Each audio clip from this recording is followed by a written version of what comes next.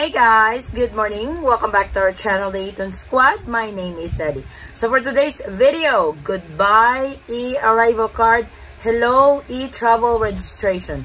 Let's talk about the 5 important steps of this new arrival system in the Philippines. I will show you what's on step 1, step 2, step 3, so on and so forth to all travelers to the Philippines beginning this month, December of 2022. Details coming well.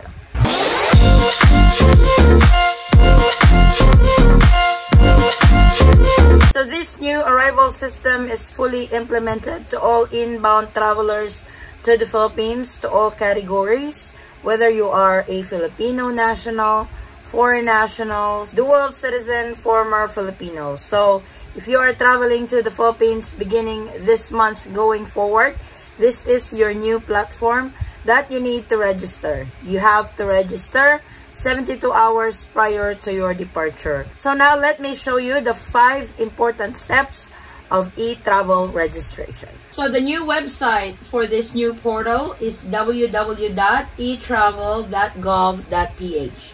I am going to leave the link in the description box for your reference. This is the only legit website for this registration. Please beware of those other websites who's offering e-travel, but you have to pay for an amount. Those are not legit, those are fake. If they are asking for a specific amount to register with eTRAVEL, get off from that website because eTRAVEL is 100% free. So when you are on the website, this is how it looks like. There are 2 options. If you are going to register as a Philippine passport holder or a foreign national, they will ask for a valid email. Re-enter it, and when you are done, you have to check the box that says, I have read and agreed to the data privacy and affidavit of undertakings. Before you even proceed to the next phase, this box will appear. Read it, read what's in it, and when you are agreeing, click yes, I agree. Then you will be redirected to the first step of eTRAVEL. So ang first step is yung personal profile. This is very basic. It's like they just mimic what e-arrival card was before. So they just break it down in 5 different steps. So first step is your personal profile. Fill up your personal information like your name, last name, passport number, your gender, birth date, your citizenship. There will be a drop-down menu for it. You can choose appropriately. So for example, you are a citizen of the United States. Of course, you will pick American. So the country of birth, there is also a drop-down menu for it. Just scroll it down and put the correct information asked. On the mobile, it actually automatically changes the country code. So basing on your citizenship or country of birth, for example, if you put the United States, it would actually ask for your US phone number. So, depende na lang po yun kung ano pong citizenship or country of birth yung ilalagay ninyo. You can actually change it if you prefer to put the Philippine phone number. You can, unlike before, that it has to be the Philippine phone number inputted in there. This time, you have an option what contact number you put in there. When you are done, click next. Your step 2 is your address information. So, the address information is your permanent country of residence. So, for example, if you are a resident of the United States or resident of Japan, Australia, Canada, that is what you are going to put on this step. So, for the country, same as usual, you will have a drop-down menu. You can choose, you can pick, scroll down, which country you are a resident of. Of course, the house number, building, city, state, or province, you can put that in there. When you are done with this step, proceed to step number 3. Step number 3 is your travel details. Travel details you usually can find in your itinerary. So for travel details, this is for your Philippine arrival. The date of arrival actually automatically inputted on this box. Remember when you guys went to the website, it has asked you when are you arriving in the Philippines, diba? Yung sa panimula, tinatanong kailan ka darating sa Pilipinas, nakalagay na lang yan dyan sa first box. But if it doesn't appear, you can put it on your own. Then your country of origin, there's a drop-down menu for it.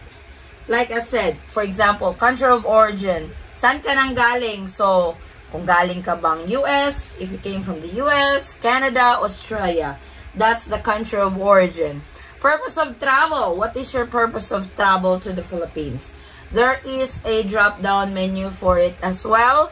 Choose the correct information properly. Flight or vessel number.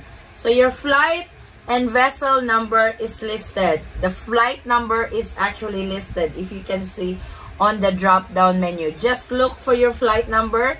Like I said, it should be on your itinerary.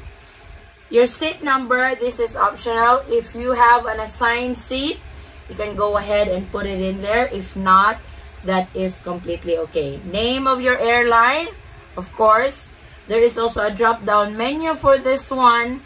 If you are flying with Philippine Airlines, ANA, Cathay Pacific, EVA Airlines, just choose. Traveler type. So this has also a drop-down menu. So pick which traveler type you belong to. When you are done, you can proceed to the next step, which is step number 4. This is the health declaration. So it's more on your vaccination information. So for health declaration, they will ask if you have the first dose of COVID-19.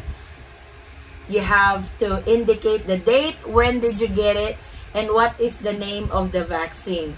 After you have filled that out, the second box for the second dose will be asked. So fill that out as well. Fortunately, on this step, you don't have to declare or you don't have to add if you got the booster shot because it was not asked. But if you have the booster, make sure that you guys bring the document for it that you have the booster shot. But like I said on our previous videos, booster shot is not mandatory. As you notice on the next box, do you have a negative antigen test taken within 24 hours prior to departure from port of origin? No, if you are fully vaccinated, because this is not required. If you are unvaccinated, you have to click yes. The good thing about this new platform is you don't have to upload any of the documents. Unlike before, you have to upload your vaccination card, you have to upload your RT-PCR test or negative antigen test. This time they are just asking, you don't need to upload anything. Then the countries work, visited or transited, and then in the last 30 days, this is optional. It's really up to you if you want to list there or if you want to add the countries you've been to in the last 30 days. Then have you been exposed to known probable or confirmed COVID-19 14 days before the onset? So you can check that if you have been exposed to a COVID-19 patient. You can answer yes if you do and no if you don't. Have you been sick in the last 30 days? Check the box if you have been sick in the last 30 days, or if you don't, then check no. When you are done with it, step 5 is the summary of your registration. Check if all the information listed is correct. So this is from step 1 to step 4, and if everything looks good on the summary, click submit. When you click submit, it will say congratulations, you have successfully submitted your details.